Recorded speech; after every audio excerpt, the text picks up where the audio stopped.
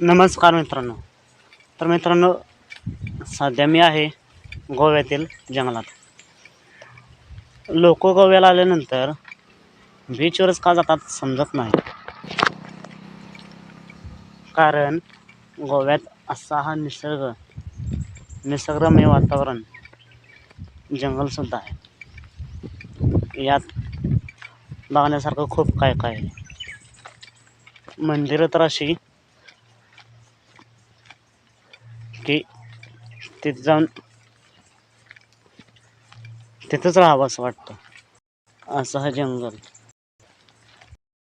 तर मित्रांनो, बीचवर जा, पण एकदा या जंगलात राहा.